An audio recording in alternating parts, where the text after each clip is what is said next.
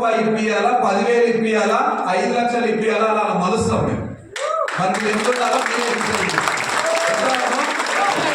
లేదు ఎంత ఊరినా ఉఫు ఉఫు ఉఫు అని కూర్చున్నాం అనుకో, మండినట్టు మండి మలసాలుగా అయినాం అనుకో, మీకు 10,000 ఇస్తే చాలు గౌతమ్ కాలేజ్ ఎక్కువ ఎక్కువ. అదే వెరీ ఎక్సైట్మెంట్ ఉండి శ్రీనివాస్ సార్ వచ్చినప్పుడు కానీ, పూర్ణిమ మేడం వచ్చినప్పుడు కానీ వెరీ ఎక్సైట్మెంట్ ఉండి great applause, great loud voice తో మీరు ఎక్సైట్మెంట్ ఉన్నారనుకో, సో మేమేం చేస్తామంటే శ్రీనివాస్ సార్ ఇట్లా తీసుకొని ఇట్లా మీ గ్రాఫ్ ఇట్లా మారిపోతుంది. నెక్స్ట్ 6 నెలల్లో మీ కార్ వస్తుంది, మీ ఇంటి ముందర కార్ ఉంటుంది, మీ అకౌంట్ లో ఖచ్చితంగా నేను చెప్తున్నాను, మీరు అలసిపోతే అన్నం పెడుతున్నాం ఈరోజు.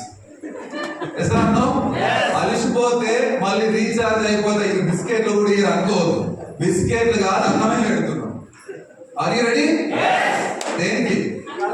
అన్నాక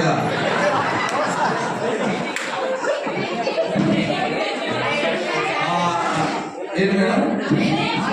ఎక్సైట్మెంటా? నేను తిన్నాక సెక్షన్గా.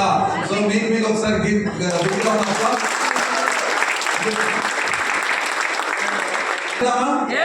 yes, thank you very much. So నా పేరు వచ్చేసి రాజు. నేను ఒక పోలీస్ డిపార్ట్మెంట్ లో కానిస్టేబుల్ గా వర్క్ చేసుకుంటూ, సో పార్ట్ టైం గా ఒక 10,000 వస్తే చాలనుకొని మా వైఫ్ బిజినెస్ స్టార్ట్ చేయడం జరిగింది.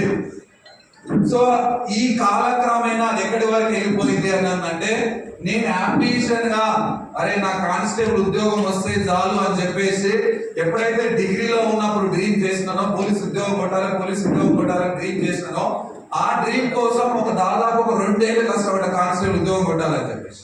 2 ఏళ్ళు తిండి తినక ఎక్కడన్నా వెళ్ళి చదువుకొని గ్రౌండ్ లో ఉండి అహర్నిశలు కష్టపడ్డా. కానీ ఉద్యోగం వచ్చిన తర్వాత అర్థమైంది, ఉద్యోగం చేస్తాం ఇంకేం చేయలేదు. లైఫ్ మెయింటైన్ అయితే ఉద్యోగంతో పాటు డ్రీమ్స్ ఫుల్ఫిల్ కావు, లైఫ్ స్టైల్ మారదని అర్థమైంది. సో కానీ ఇంకేదైనా అవకాశం రాదా జీవితంలో, ఇంకేదైనా అవకాశం రాదా లైఫ్ ను మార్చుకోవడానికి? సో ఎన్నో ట్రై చేసినాం. నా వీడియో చూస్తుంటారు, మా వైఫ్ చీరలు అమ్మింది. సో నేనేం చేసినానంటే, సో ఈ రోజు గెస్ట్ గా పిలిచిన సార్ పని కూడా నేను చేసిన, క్యాబ్ కొనుక్కొని డ్యూటీ లేని సమయాల్లో కూడా క్యాబ్ నడిపిన. డ్యూటీ లేని సమయాల్లో కూడా డే టైంలో డ్యూటీ చేస్తే నైట్ టైంలో క్యాబ్ నడిపేవాళ్ళు, నైట్ టైంలో డ్యూటీ చేస్తే డే టైంలో క్యాబ్ నడిపేవాళ్ళు. అంటే డబ్బులు సంపాదించాలనే కాన్సెప్ట్ ఉండే నాకు. సో ఈ విధంగా ఎక్కడ టైం దొరికితే అక్కడ పని చేసుకుంటూ వెళ్ళినాను. కానీ ఒక 10,000 వస్తే చాలనుకొని ఈ ఆపర్చునిటీ టేకప్ చేయడం జరిగింది. కానీ ఈ రోజు 10,000 కాస్త నా అంబిషన్ కూడా వదిలేసి వెస్టేజ్ లో పనిచేసే విధంగా, సో వెస్టేజ్ అనే సోర్స్ నాకు కల్పించడం జరిగింది. ఈ రోజు 5 లక్షలు సంపాదిస్తున్నాను. చాలా మంది ఎందుకు చేయాలి బిజినెస్ అనే క్లారిటీ లేక చేస్తూ ఉంటారు. నేను నిజంగా చెప్తున్నాను, నవే డేస్ ఈ రోజుల్లో నెట్వర్క్ మార్కెటింగ్ ఎందుకు చేయాలి, ఇందులో ఏ పొటెన్షియల్ ఉంది, ఇందులో ఏముంది, లైఫ్ మారేది ఉందా అంటే, సో నేను మీకు చెప్పబోయే అంశం ఏంటి అంటే, wastage is the global business. Yes or no? ఎందుకు చెప్తున్నానంటే, ఇంతకు ముందు కూడా చాలా మీటింగ్లో చెప్పినాను, ఇండియాలో ఉన్న ఏకైక కంపెనీ, ఒక ఇండియన్ కంపెనీ, ఒక ఇండియన్ మేనేజ్మెంట్ కంపెనీ స్థాపించి అంతర్జాతీయ మార్కెట్ లో కూడా అడుగుపెట్టిన ఏకైక కంపెనీ వెస్టేజ్. ఏకైక కంపెనీ వెస్టేజ్.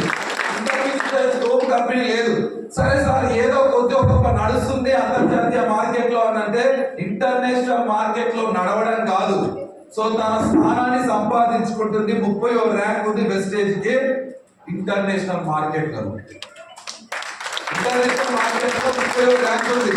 సో ఇంత పెద్ద కంపెనీ, ఇంత పెద్ద బిజినెస్ ను ఎందుకు చేయాలి అంటే, చాలా మంది నా దగ్గరకు వచ్చి అడుగుతారు, నేను ప్లాన్ చెప్పినప్పుడు అడుగుతారు. సో నేనే విధంగా కన్వర్ట్ చేస్తానంటే, ఇది వెస్టేజ్, రైట్? ఇది వెస్టేజ్ అనుకుందాం. వెస్టేజ్ అనేది నీకేం కావాల్సి అందులో ఉంది. వెస్టేజ్ లో నీకేం కావాలో ప్రతిదీ కూడా వెస్టేజ్ లో ఉంది. కానీ నువ్వు నీ డ్రీమ్ ఏం కావాలి నువ్వు డిసైడ్ గా. సో చాలా మంది నా దగ్గరకు వస్తూ ఉంటారు, నేను ప్లాన్ చెప్పినప్పుడు వెస్టేజ్ లో ఏముంది సార్ అంటే, మీకు ఏం కావాలని అడుగుతాను. సో ఏముంది వెస్టేజ్ లో అన్నానంటే హెల్త్ ఉంది, ఆరోగ్యం ఉంది వెస్టేజ్. సో చాలా మంది లగ్జరీ ఇల్లు, లగ్జరీ కార్లు కొనుక్కొని వాళ్ళ దగ్గర ఉంటాయి. సో మనం ప్లాన్ చెప్పినప్పుడు వాళ్ళ దగ్గరికి వెళ్ళి మనం ప్లాన్ చెప్పినప్పుడు ఏమంటారు అంటే, సార్ వెస్టేజ్ చేస్తే డబ్బులు వస్తాయి అని అంటే మాకు ఆల్రెడీ కార్లు ఉన్నాయి, ఇండ్లు ఉన్నాయి అంటారు. Yes or no? మాకు ఆల్రెడీ కార్లు ఉన్నాయి, ఇండ్లు ఉన్నాయి అని అంటే ఎవరి దగ్గర అయితే డబ్బులు ఎక్కువ ఉంటాయో వాళ్ళ దగ్గర ఏమి ఎక్కువ ఉంటాయి? రోగాలు ఎక్కువ ఉంటాయి. మీకు తెలియదో తెలియదో ఎవరి దగ్గర అయితే డబ్బులు ఎక్కువ ఉంటాయో వాళ్ళ దగ్గర ఏముంటాయి అని అంటే రోగాలు ఎక్కువ ఉంటాయి. మరి వెస్టేజ్ వాళ్ళకి అవసరం లేదా?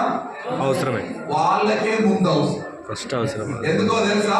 సంపాదించిన డబ్బులను అనుభవించాలి అని అంటే, ఆ సంపాదించిన డబ్బులకు సాధకత ఉండాలి అని అంటే, వాళ్ళ దగ్గర ఉన్న కార్లను వాళ్ళు సజావుగా నడపగలగాలి అంటే, వాళ్ళ దగ్గర ఉన్న లగ్జరీ ఇల్లు నడపగలగాలి అని అంటే ముందాళ్ళు వాళ్ళకి మోకాలు పనిచేయాలి.